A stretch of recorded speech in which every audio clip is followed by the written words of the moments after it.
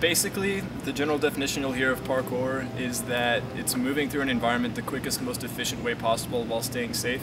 And it basically teaches you to treat the environment like it's an obstacle course. So it teaches you to move over walls by climbing or running or vaulting, using your hands, learning how to land safely with a roll or slapping out of your landings. The basic types of movement when you're doing parkour are vaulting, which is moving over an obstacle while using your hands as well. There's also precision jumps, which is where you land on anything really small, like a rail or a skinny wall. Running jumps, obviously what it sounds like, you run and take off one foot and do a jump, or you can do wall runs, where you run up and grab the top of a wall and then top out by pulling yourself up. Another main one is a cat. It's where you catch on the side of the wall with you hit the wall with your feet first and then catch your hands on the very top. Basically, the internet is how parkour spread for everyone. It's like the major medium through which everyone found out about it. I just saw videos on YouTube of people doing this, and that just looked like something I wanted to do, and I got into it and started training by myself. It helped me learn about my body and what I can do. Decided I wanted to try it to help my indecisiveness. Because you can't really be indecisive in parkour. You have to go 100% on everything, or you die. So, I mean, and you land incorrectly. That's what happens when you don't go 100% very safely. I feel like, you know, no matter how much we go out and train and how much we progress and move forward in our movement, it's always good to go back to basics. And it's always good to just drill those basics and really get them down, get them smooth, so that when the time comes and you have a long run of a bunch of different basic movements strung together, it's just muscle memory. You just move through it, and it's very fluid. And I think I can say for all of us, it's way easier to do a jump when you're calm and collected. And then when it comes time for that big jump, you're calm. You know you're going to be able to do it right because you've done it so many times before. Yeah.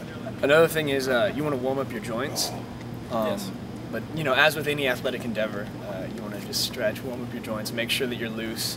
And so, you know, when you're landing on those things and when you're taking off those various different things, your body is comfortable and it flows. And just one of the things that I always do is before I do a precision, which, you know, as Tim explained earlier, is a jump to, you know, stopping on a small area. So, you know, you stick it.